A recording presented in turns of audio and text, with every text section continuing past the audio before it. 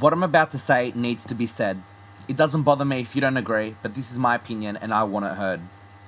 On July 23, 2011, Amy Winehouse passed away.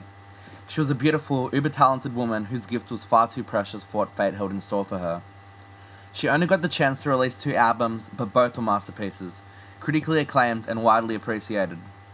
Though during the past decade, it's been to no one's dismay that Amy Winehouse turned into an unhealthy drug addict, after beginning out as a talented and authentic artist. Now, I'm not condoning her substance abuse and alcoholism.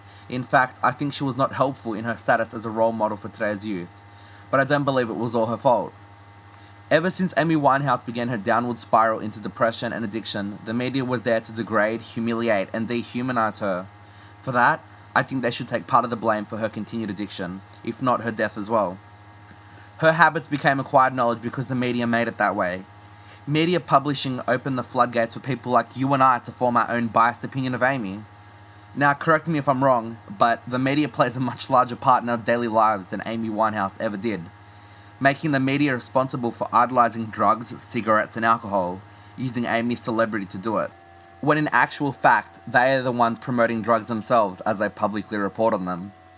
Nearly all of us did not personally know Amy Winehouse, therefore have no right to judge her. I personally despise drugs and would never consume them. But what I do know is that addiction is complicated. It's something that stays with you your entire life, eats away at you, trying to get you to give in constantly. So for as long as the media was using Amy as sales fodder, there were always people like us who crucified her too, critiquing her every decision. I think that's absolutely disgraceful. Too many times we see the impact our actions can have on other individuals. I know what it feels like to be persecuted by a school of teenagers, but I overcame the intimidation once I found the will to fight for myself.